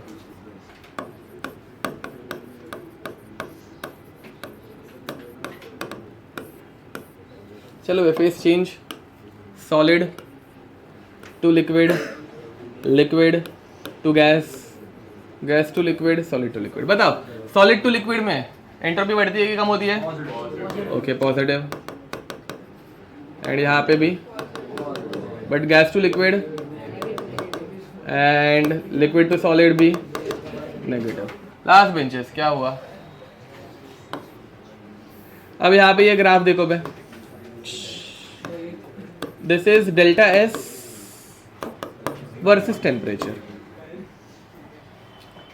Late us assume, छोड़ा, अब इनिशियली इसके पास कुछ एंट्रोपी थी, बहुत ज़्यादा है बहुत कम, हाँ ओके। अब इनिशियली इसके पास कोई एंट्रोपी थी बहुत कम, 0 केल्विन पे थी लेट अस से, ठीक है। टेम्परेचर बढ़ाना स्टार्ट किया, मॉलिक्यूल्स वाइब्रेट करना स्टार्ट करेंगे। ये देख भाई बहुत कम टेम्परेचर पे पहले सॉलिड है, सॉलिड को हीट करेंगे, सॉलिड के मॉलिक्यूल धीरे धीरे वाइब्रेट करना स्टार्ट करेंगे। टेम्परेचर बढ़ाते जाएंगे, वाइब्रेशन बढ़ते जाएगा, वाइब्रेशन बढ़ते जाएगा तो एंट्रोपी भी बढ़ते जा रही है। एक टेम्परेचर आएगा जहां पे सॉलिड क्या बनेगा? लिक्विड बनेगा, तो एंट्रोपी, समझा? और ये स्ट्रेट क्यों जा रही है बे? हाँ, बिकॉज टेम्परेचर इज कांस्टेंट, समझा? ठीक है। फिर बाद में वापस लिक्विड को हीट कर रहे हैं, वो भी वाइब्रेट होते रहेगा। फिर बाद में लिक्विड किस में कन्वर्ट होगा? पहले जितना ही चेंज उससे ज्यादा है, उससे कम चेंज, हाँ, क्योंकि इसमें एंट्रोपी बहुत ज्यादा, बहुत, समझे? ठीक है, हाँ बोलो। लिक्विड का ज्यादा स्लोप होएगा? स्लोप, हाँ मतलब हाँ ये इधर का ना ऐसे, हाँ उसकी फ्लूइडिटी या फिर विस्कोसिटी बहुत कम होते जाएगी तो ये होगा, करेक्ट। फ्लूइडिटी बढ़ेगी और विस्कोसिटी कम होगी। Solid, liquid, gas. यहाँ पे हम लोग बोलेंगे this is entropy of fusion and this is entropy of vaporization, ठीक है, लिख दो। हम लोग अज्यूम करते हैं कि heat capacity for a gas is constant और it is independent of temperature. तो अगर वो टेम्परेचर का फंक्शन होगा तो पहले फंक्शन कैसा है, स्क्वायर फंक्शन है, क्यूब फंक्शन है, रूट फंक्शन है, लॉग फंक्शन है, उसके अकॉर्डिंगली फिर ग्राफ डिसाइड करना पड़ेगा। जब हम लोग आइस को ही मेल्ट कर रहे हैं और एक थर्मोमीटर ऐड करके रखेंगे, जब तक पूरा का पूरा बर्फ लिक्विड नहीं बन जाता ना, तब तक वो जीरो पे ही मेंटेन रहता है। वो नेचुरली ही वैसा होता है, हम लोग नहीं करते अपने आप। Fourth, chemical reaction.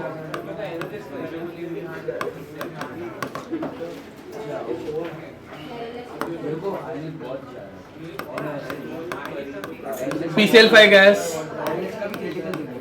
giving us PCl3 gas plus जश और चिरंजीवी। यहाँ पे PCl5 gas giving us PCl3 gas plus Cl2 gas, ठीक है। करो भाई, सॉल्व करो। कौन है भाई ये दांत निकालने वाला? NO2 plus N2O4 गैस, ठीक है। देखो ए last bench, second last bench यहाँ पे, and H2 plus I2 gas giving us 2HI gas. मेरे ख्याल से इतना एग्जांपल बस है, ठीक है। बताओ भाई, पहले वाले में एंट्रोपी बढ़ेगी या कम होगी? Positive, yes, negative and zero, yes. यहाँ पे डेल्टा Ng ही कंपेयर करना है unless and until they have given some numbers. जैसे ऊपर मैंने कुछ रिएक्शन लिख के दी थी, उसमें नंबर्स थे प्रॉपर, ठीक है। वैसा रहेगा तो कैलकुलेट करके, अगर ऐसे डायरेक्ट पूछा रहेगा तो डायरेक्ट तुम लोग नंबर्स देख के, ठीक है। नेक्स्ट, तो एंट्रोपी जीरो अगर सिस्टम इज एट इक्विलिब्रियम, उन्होंने मेंशन किया है तो। अगर दो चीजें दे के रखी है सिर्फ, ठीक है, सिर्फ दो चीजें दे के रखी है, तो उनमें सबसे पहले चाहिए तो इधर सब हेडिंग डाल के रखो बे, व्हेन टू डिफरेंट और सेम substances are given। ये अभी पॉइंट नंबर 5 से जो है ना, वो तभी अप्लाई होगा जब दो अलग अलग चीजें हैं, उन वो रिएक्ट कर रही है क्या, नहीं, जस्ट बोला है कि भाई एक इसमें ऑक्सीजन है, दूसरे इसमें नाइट्रोजन है, समझा, किसकी एंट्रोपी ज्यादा होगी, ठीक है। तो सबसे पहले हम लोग कंपेयर करेंगे नंबर ऑफ मोल्स। ऐसे टाइम पे सबसे पहले क्या कंपेयर करोगे? नंबर ऑफ मोल्स, ठीक है। फॉर एग्जाम्पल, अगर तुम लोगों को बोला कि भाई मेरे पास 1 मोल ऑक्सीजन गैस है एंड 2 मोल नाइट्रोजन गैस है, ठीक है, या फिर 1 मोल ऑक्सीजन ही गैस है एंड 2 मोल दूसरे कंटेनर में ऑक्सीजन गैस है, बताओ भाई किसमें रैंडमनेस ज्यादा होगी, 1 मोल गैस में या 2 मोल गैस में, समझा। तो दो अलग अलग चीजें या फिर दो सेम चीजें दी रहेंगी, तो सबसे पहले तुम लोग कंपेयर करोगे मोल्स। बट अगर नंबर ऑफ मोल्स सेम दी हो, रुको रुको देखते देखते, तो तब हम लोग पहले कंपेयर करेंगे उनकी एटॉमिसिटी,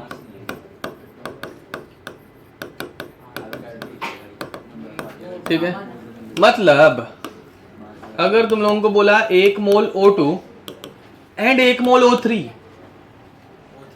हाँ, बिकॉज वो ज्यादा फ्रीडम दिखाता है ना भाई, वाइब्रेशनल मोशन, ट्रांसलेशनल, रोटेशनल, समझ में आ रहा है। वो आड़ा टेढ़ा कैसे भी जा सकता है, वो हाइब्रिड बहुत तरीके से हो सकता है, तो रैंडमनेस ज्यादा कौन दिखाएगा? O3 दिखाएगा, समझे। ये कब चेक करेंगे एटॉमिसिटी?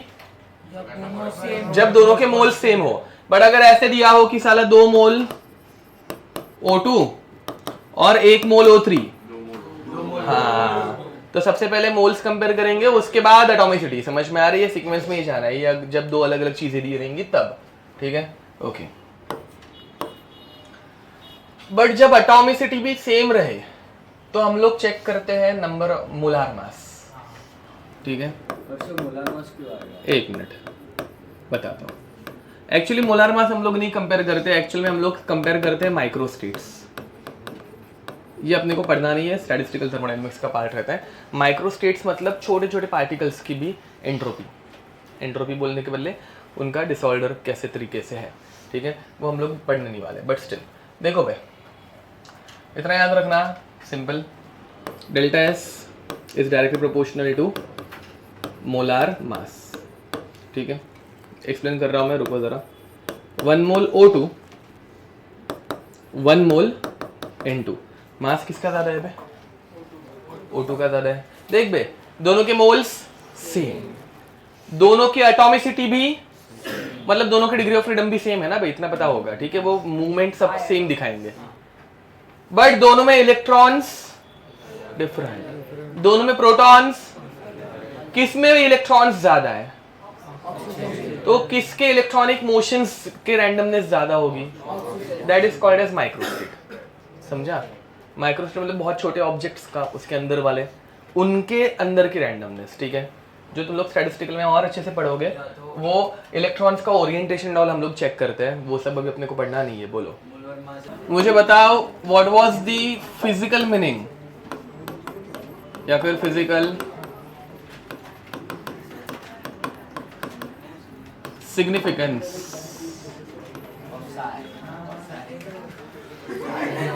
ऑफ एंट्रोपी, ठीक है।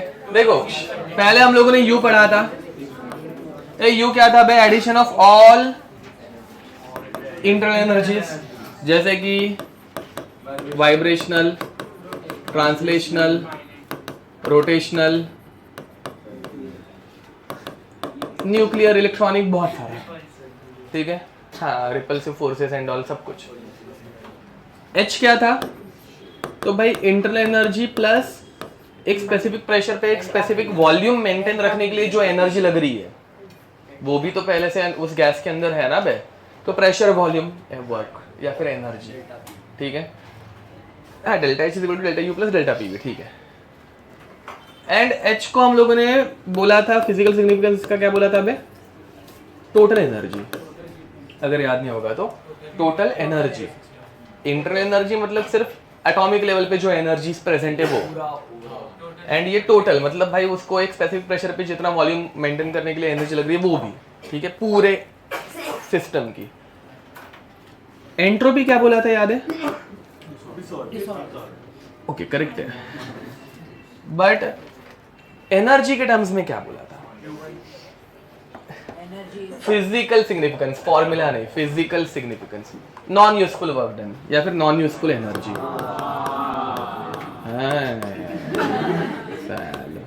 नॉन यूजफुल एनर्जी मतलब क्या? तो भाई हर टेम्परेचर में, मतलब हम लोग जैसे जैसे टेम्परेचर बढ़ाते जाएंगे, ठीक है, सारा का सारा जो मतलब एनर्जी का पार्ट रहेगा टेम्परेचर बढ़ाने से या फिर एनर्जी प्रोवाइड करने से, ठीक है, वो सारा का सारा किसी काम वाली चीज में जाए, ऐसे कंपलसरी नहीं है। कुछ डिसऑर्डर क्रिएट करने में भी जाता है ना भाई, एंड डिसऑर्डर क्रिएट करने में जो एनर्जी जा रही है वो उससे अपने को कुछ वर्क डन या फिर कुछ हीट या फिर कुछ काम की चीज मिलने वाली है क्या? नहीं। Hence it is called as non useful energy. समझ में आ रहा है? ठीक है। एंड अब आएगा गिब्स फ्री एनर्जी। वाह बेटा वाह, तो करेक्ट बोला। बट तो G which is equal to close enough. नहीं बता दो, ठीक, सबर करो सालो। यूजफुल एनर्जी, चलो तुम लोगों से ही निकालते फॉर्मूला जो क्लोज हो। हाँ, H तुझे क्या फॉर्मूला ही पता है क्या? हाँ साले, वही सोचो। तो देखो भाई, यूजफुल एनर्जी, तो what is the total energy? जल्दी बोलो, सिस्टम की टोटल एनर्जी कितनी रहती है? H रहती है। ए समझे क्या? इसमें से नॉन यूजफुल एनर्जी को अगर मैं सब्ट्रैक्ट कर दूं तो बची कुछ एनर्जी यूजफुल, समझा? बट मैंने क्या बोला? Non useful energy at a particular या फिर पर टेम्परेचर, हर डिग्री सेल्सियस टेम्परेचर बढ़ाने से कुछ एनर्जी का कंट्रीब्यूशन जो रहता है वो डिसऑर्डर क्रिएट करने में जाता है ना, पर केल्विन रहता है वो, समझा? तो यहाँ पे वो पर केल्विन को निकालने के लिए एक T, नहीं समझा?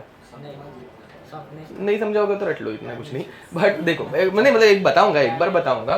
लेट अस से कि 300 जूल पर केल्विन एंट्रोपी की वैल्यू है, तो हर एक केल्विन बढ़ाते वक्त 300 जूल की जो एनर्जी रहेगी वो डिसऑर्डर क्रिएट करने में या फिर नॉन यूजफुल एनर्जी में जाएगी। समझा? तो अगर तुम लोग 2 डिग्री से या फिर 2 केल्विन से टेम्परेचर बढ़ा रहे हो तो पर केल्विन है ना बे वो, तो 2 केल्विन का टेम्परेचर चेंज करने से 600 जूल्स की एनर्जी डिसऑर्डर में चलेगी, नॉन यूजफुल वर्क डन में चलेगी। फॉलोड? पक्का? अभी समझा? ओके। हाँ, अगर नहीं टी लगाएंगे तो यस, क्योंकि जी इज गिव्स फ्री एनर्जी, अपने को एनर्जी चाहिए, उसमें केल्विन आना चाहिए क्या? नहीं आना चाहिए, सही बोला। ये समझे? ओके, इसको लाल में लिखते हैं, फॉर्मूला है ना भाई। तो G is equal to H minus TS। क्या मस्त ना, ये एक्सप्लेनेशन मैंने इस साल अभी बनाया है। हाँ, क्या? नहीं तो मतलब एग्जाम, मतलब अभी तक तो ऐसे फॉर्मूला ही है, ऐसे डायरेक्ट चिपका देता था मैं, ठीक है। ये फर्स्ट ईयर मैंने ऐसे एक्सप्लेनेशन सोचा, अच्छा है, करेक्ट है। चलो, तो यूजफुल एनर्जी, ठीक है। आगे बढ़ते हैं। We cannot find absolute value of H. Step by step. H नहीं निकाल सकते, इसलिए we cannot find absolute value of G. ठीक है, नेक्स्ट लाइन पे लिख देना। It is impossible to find. अच्छा, लिखना बाकी है क्या पूरा? लिखो, फिर बाद में बता दो। चलो भाई, delta G is equal to delta H minus delta DS। आराम से करेंगे अब। But delta G maximum time, मतलब आज तक तो एक्सपांशन कंप्रेशन ऐसा कोई क्वेश्चन आया नहीं है, वो हम लोग कर लेंगे फिजिकल चेंज का, बट उसके ऊपर क्वेश्चन आया नहीं है। मैक्सिमम टाइम वो सिर्फ केमिकल रिएक्शन के लिए यूज होगा। किसके लिए यूज होगा? तो for chemical reaction, yes, temperature and pressure both are constant, तो टेम्परेचर बाहर आ जाएगा। तो delta G is equal to delta H minus T delta S। तो टेम्परेचर बाहर आ जाएगा, उसमें कोई दिक्कत नहीं है ना, लिख दो। आगे बढ़े, या फिर DG is equal to DH minus TDS चलेगा ना, वो लिख के देने की जरूरत है क्या? नहीं, अभी कुछ एलन वेलन नहीं है भैया, उतना नहीं। केमिकल रिएक्शन में डायरेक्ट अपने को delta H and delta S, हाँ वो करेंगे, हाँ वो वाला पार्ट आएगा, यस वो आएगा थोड़ी देर के बाद। अब ध्यान दो भाई, इसी चीज को बुक में कैसे डिराइव किया गया है, ठीक है, वो एक बार देख लेते हैं। अब स्लॉट में एक दिक्कत थी। स्लॉट में क्या दिक्कत थी? तो स्लॉट के टाइम पे ही सिर्फ पूरे चैप्टर में हम लोगों ने एक ही जगह पे सराउंडिंग को भाव दिया है, स्लॉट में, हाँ ठीक है। अब स्लॉट क्या था? Delta S total is equal to delta S system plus surrounding बराबर। ये अगर पॉजिटिव है तो स्पॉन्टेनियस, ये अगर नेगेटिव है तो नॉन स्पॉन्टेनियस, एंड अगर ये 0 है तो इक्विलिब्रियम या फिर रिवर्सिबल बराबर। अब ये स्लॉट मस्त है, मतलब चलेगा, काम करता है, बट एक छोटी सी दिक्कत है। दिक्कत क्या है? Surrounding, and we are not interested in surrounding. समझ में आ रहा है? ठीक है, तो अभी अपने को ये सराउंडिंग की value in terms of system लेके जानी है। समझो वे, हम लोग क्या करने वाले हैं? एंट्रोपी ऑफ सराउंडिंग, हाँ, इन टर्म्स ऑफ सिस्टम हम लोग निकालने वाले हैं। समझ में आ रहा है? अब वो कैसे निकालें, ध्यान देंगे। एक हम लोग रिएक्शन सोचते हैं। देखो बे, एक रूम है, ठीक है, रूम के अंदर एक बलून है, बलून के अंदर गैस भरी है, नहीं है क्या, हीलियम, मेरी मर्जी ना, मैं बनाऊंगा। कौन सी गैस है ये? H2 hydrogen. एंड रूम के अंदर बाकी भरी हुई है ऑक्सीजन, नाइट्रोजन, आर्गन गैस बराबर। चलो भाई ध्यान दो अभी बस। अब मैंने यहाँ पे एक छोटी सी ऐसे स्टिक लेके गया, ऐसे जलती हुई, ठीक है, हाँ पता है ना, फट जाएगा, मस्त है एकदम, अच्छा आवाज आता है ऐसे, मस्त, ठीक है। नहीं, पॉप जो रहता है वो थोड़ी गैस रहती है ना तब आता है, हाँ ऐसे इतनी रहेगी तो ऐसे मस्त है ऐसे,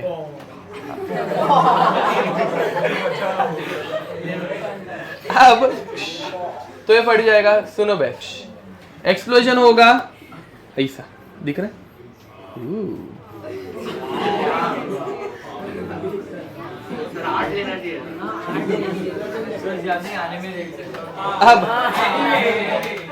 अब क्या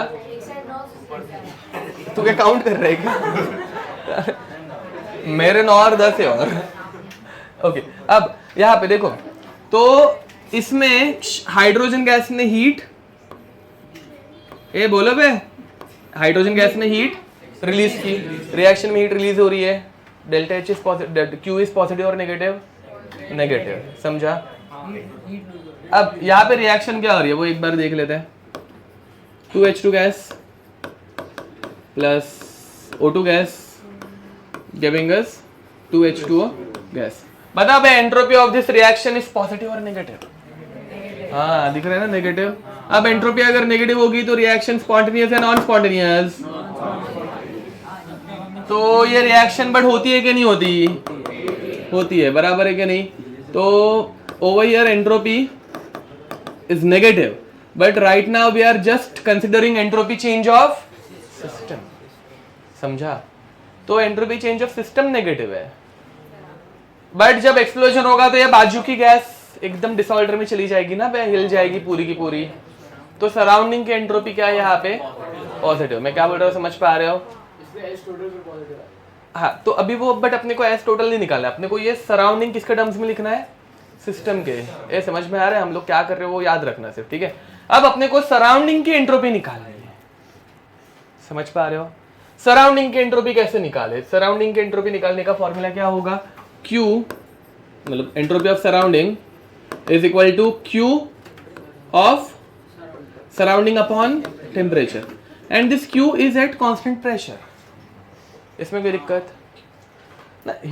कोई भी केमिकल रिएक्शन हमेशा किस पे होती है? कांस्टेंट टेम्परेचर एंड प्रेशर पे, वो मत भूलना, ऊपर रह गया, ठीक है? अब मुझे बताओ, यहाँ पे इसने हाइड्रोजन गैस ने हीट रिलीज की, सराउंडिंग ने वही हीट एब्जॉर्ब की। लेट अस से हाइड्रोजन गैस ने 100 जूल्स की एनर्जी रिलीज की, मतलब -100 किया, तो सराउंडिंग का कितना होगा? +100। मतलब सिस्टम जितनी हीट रिलीज करेगा या एब्जॉर्ब करेगा उसके उल्टा सराउंडिंग गेन या फिर रिलीज करेगा। इसमें कोई दिक्कत?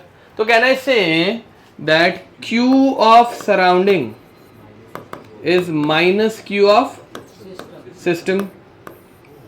इसमें कोई दिक्कत? तो finally delta S of surrounding is nothing but -Q of system at constant pressure upon T।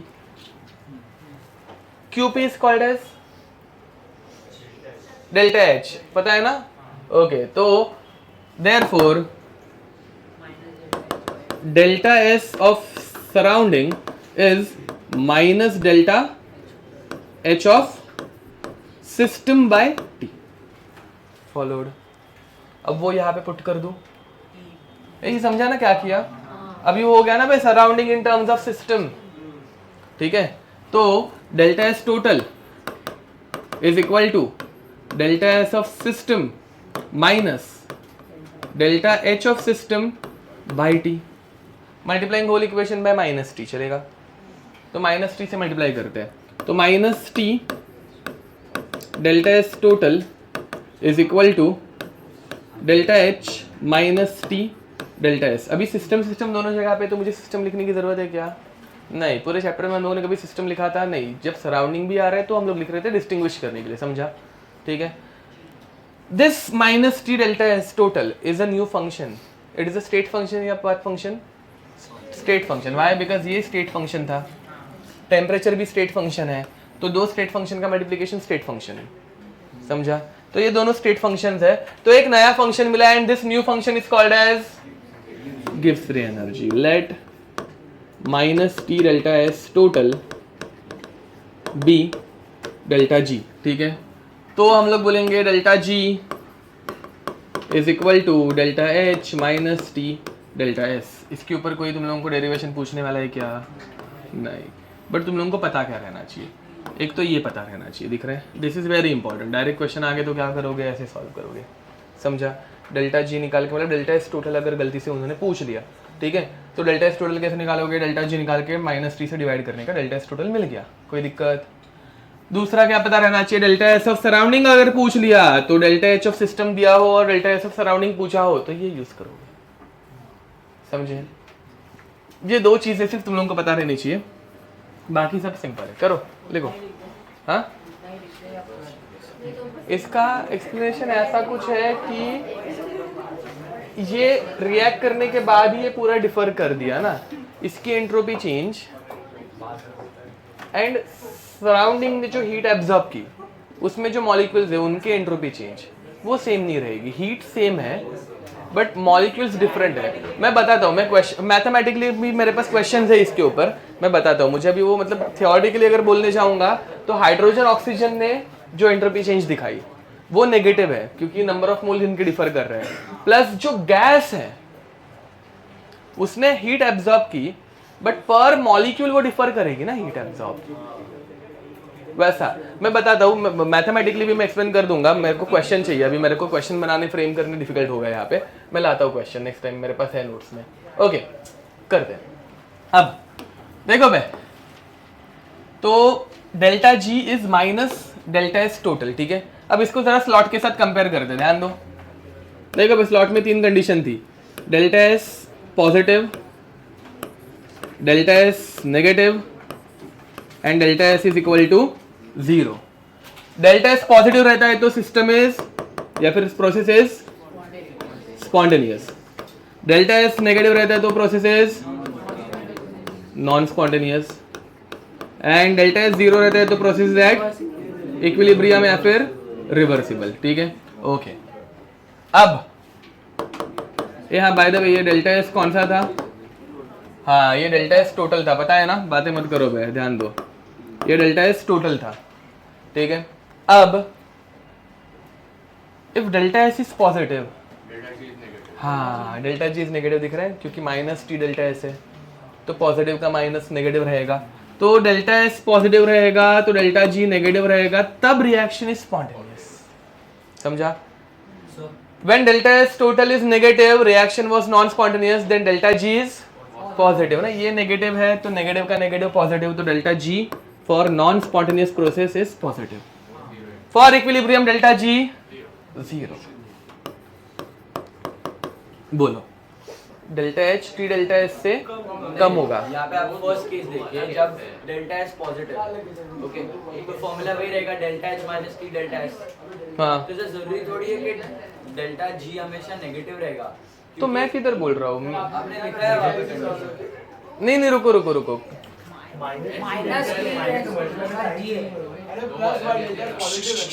तुम ये डेल्टा एस बोल रहे हो मेरे ख्याल से, ए रुको बे, नहीं नहीं नहीं नहीं, ये डेल्टा एस टोटल है बेटा, delta G is -t delta S total. ए इसके साथ कंपेयर करना है बे, हाँ हाँ हाँ, मैं भी कंफ्यूज हो गया कि तुम क्या बोल रहे हो क्योंकि तुम इसके साथ कंपेयर कर रहे थे, हाँ समझा। ये टोटल वाला है ना, तो ये अगर पॉजिटिव है तो ये हमेशा नेगेटिव ही बनेगा, ये नेगेटिव है तो ये हमेशा पॉजिटिव बनेगा, हाँ समझा। हाँ तुम सिस्टम, ये सिस्टम है, हाँ वो सिस्टम के लिए बोल रहा था। हाँ चलो भाई, थोड़ा सा इसका रिलेशनशिप विद इक्विलिब्रियम कांस्टेंट कर लेते हैं एंड फिर बाद में रुक जाते हैं, ठीक है। शॉर्ट में ही करेंगे, relation between delta G not Q and K equilibrium, ठीक है। ओके, अब रिलेशन क्या है बे, तो delta G is equal to delta G not plus R T L N of Q. नहीं वो आगे डेराइव होगा। अब यहाँ पे एट इक्विलिब्रियम, बताओ भाई इक्विलिब्रियम के ऊपर क्या चेंज आते हैं। एट इक्विलिब्रियम डेल्टा जी becomes 0, Q becomes K equilibrium. यहाँ by the way what is the meaning of delta G not, change in gives, हाँ स्टैंडर्ड गिव्स फ्री एनर्जी बराबर, एंड स्टैंडर्ड कंडीशन क्या रहती है, स्टैंडर्ड टेम्परेचर नहीं, मतलब मैं पूछ रहा हूँ स्टैंडर्ड टेम्परेचर कितना रहता है, 25 degree Celsius. Standard pressure 180 m, standard number of moles 1 mole and standard concentration 1 molar. समझे? ठीक है, ये कंडीशन पे। हाँ, इसके डेरिवेशन हम लोगों के सिलेबस में नहीं है। हाँ, आगे जाके तुम लोग पढ़ोगे इसके डेरिवेशन भी, बट अभी नहीं है। ओके, अब यहाँ पे तो ये अगर मैं वैल्यूज यहाँ पे पुट कर दूँ तो 0 is equal to delta G not plus R T L N of K equilibrium. तो delta G not is minus R T L N of K equilibrium. ये क्या चले वहाँ पे, थर्ड या फोर्थ बेंच वालों का ऐसे हंसने वसने की आवाज़ आ रही है यहाँ पे बाद में। अब तो इधर रिएक्शन क्वोशंट है। यस, हाँ, ये सब टर्म्स मुझे लिख के देने की जरूरत है, मतलब ये पहले भी सॉल्व किया इसलिए मैं डायरेक्ट कर रहा हूँ फास्ट। ठीक है, ओके। अब डेल्टा जी नॉट का अपने पास और एक फॉर्मूला आ सकता है, अभी जो ऊपर पढ़ा हम लोगों ने। तो delta G not is equal to delta H not minus T delta S not. ये नॉट तुम लोगों को बहुत जगहों पे दिखेगा, ठीक है, इससे कुछ फर्क नहीं पड़ता। हम लोगों ने जैसे सॉल्व किया वैसे ही मैंने, मतलब बहुत सारी जगहों पे जहाँ पे थर्मोकेमिस्ट्री में हर जगह पे ऊपर नॉट लिखना पड़ता है। स्टैंडर्ड कंडीशन पे सब रिएक्शंस होती है, ऐसे हम लोग अज्यूम करते हैं। ठीक है, मैंने किधर लिखा नहीं है, बट उससे कुछ सॉल्विंग में कुछ फर्क नहीं पड़ता। ठीक है, वो फॉर्मूला में हर एक जगह पे सिर्फ नॉट रहता है। ओके, तो ये दोनों को अगर मैं इक्वेट करूँ तो मुझे मिलेगा minus R T L N of K equilibrium is equal to delta H not minus T delta S not.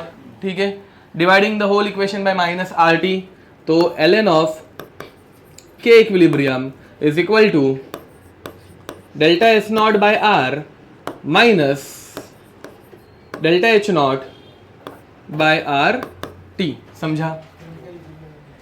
फिर बाद में at two different conditions T1 and T2। ठीक है, चलेगा ना? मैं डायरेक्ट फॉर्मूला लिख दूं अभी, दो अलग अलग कंडीशन वाला। ओके, ये हम लोगों ने पहले भी डिराइव किया हुआ है। तो डायरेक्ट फॉर्मूला आ जाता है ln of K2 by K1 is equal to delta H not by R into bracket T2 minus T1 upon T1 T2। ठीक है, इसके ऊपर क्वेश्चन तुम लोग एक्सपेक्ट कर सकते हो। ठीक है, मैं पूछूंगा मैथ में। At equilibrium reaction quotient is, ये देखो बे, ये हाँ, मतलब रिएक्शन हमेशा 0 से 100% पे जाती है और बीच में किधर तो के इक्विलिब्रियम रहता है। इक्विलिब्रियम पे अगर हम लोग प्रोडक्ट अपॉन रिएक्टेंट का फॉर्मूला अप्लाई करें तो इसको बोलेंगे के इक्विलिब्रियम। बट इक्विलिब्रियम के पहले या इक्विलिब्रियम के बाद अगर प्रोडक्ट अपॉन रिएक्टेंट का फॉर्मूला अप्लाई करें तो हम लोग उसको बोलते हैं क्यू। समझे? तो अगर Q ये के इक्विलिब्रियम से लेस देन है, मतलब लेस देन के इक्विलिब्रियम है, तो reaction moves in forward direction. अगर Q ये के इक्विलिब्रियम से ज्यादा है तो reaction moves in backward direction. And if Q is equal to K equilibrium then reaction is at equilibrium. याद है? तो at equilibrium Q becomes K equilibrium. ठीक है, ये याद है नहीं है?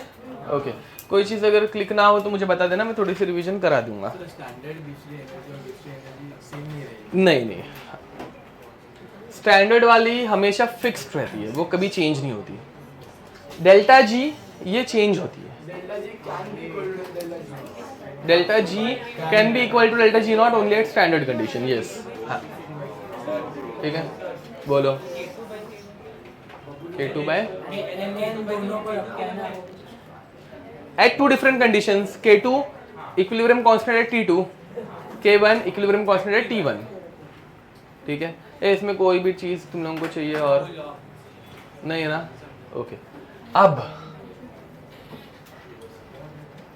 एक लास्ट चीज मेरे लिए करो एंड भागो।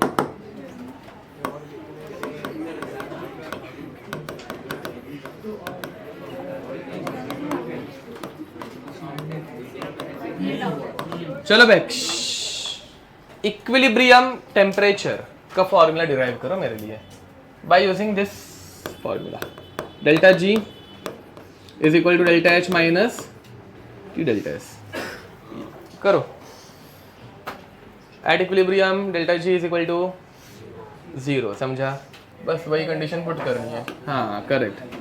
तो equilibrium at equilibrium delta G is equal to 0 and T can be called as T equilibrium, तो T equilibrium becomes delta H upon delta S. समझा?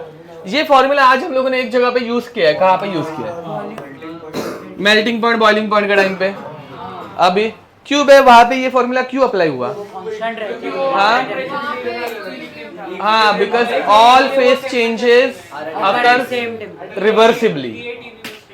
हाँ मतलब रिवर्सिबली, ये पता है ना भाई, सारे के सारे सॉलिड, मतलब मैंने आज तक कभी भी फेस चेंज का क्वेश्चन लिखा है ना तो दोनों तरफ के एरोज ही बनाता हूँ मैं। मतलब वो तुम लोगों को अगर लगा होगा कि प्रोसेस वैसे हो रही है इसलिए दो प्रोसेस बतानी, इसलिए नहीं, वो हमेशा रिवर्सिबल रहता है। कब तक रिवर्सिबल रहता है? जब तक टेम्परेचर कांस्टेंट है, and that temperature can be called as equilibrium temperature. Boiling में हम लोग बॉइलिंग पॉइंट बोलते हैं, मेल्टिंग में हम लोग मेल्टिंग पॉइंट बोलते हैं। समझ में आ रहा है? सेम फॉर्मूला हम लोगों ने अप्लाई किया था। बोलो डेल्टा जी जीरो होता है।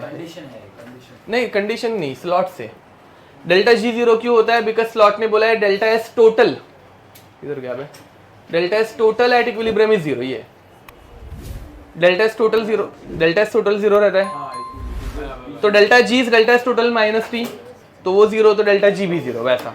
ठीक है, ए समझ में आया? So with this will stop here till then, see you next time, bye bye. चलो जल्दी बाहर आओ, डाउट वाले जल्दी बाहर आओ। हाँ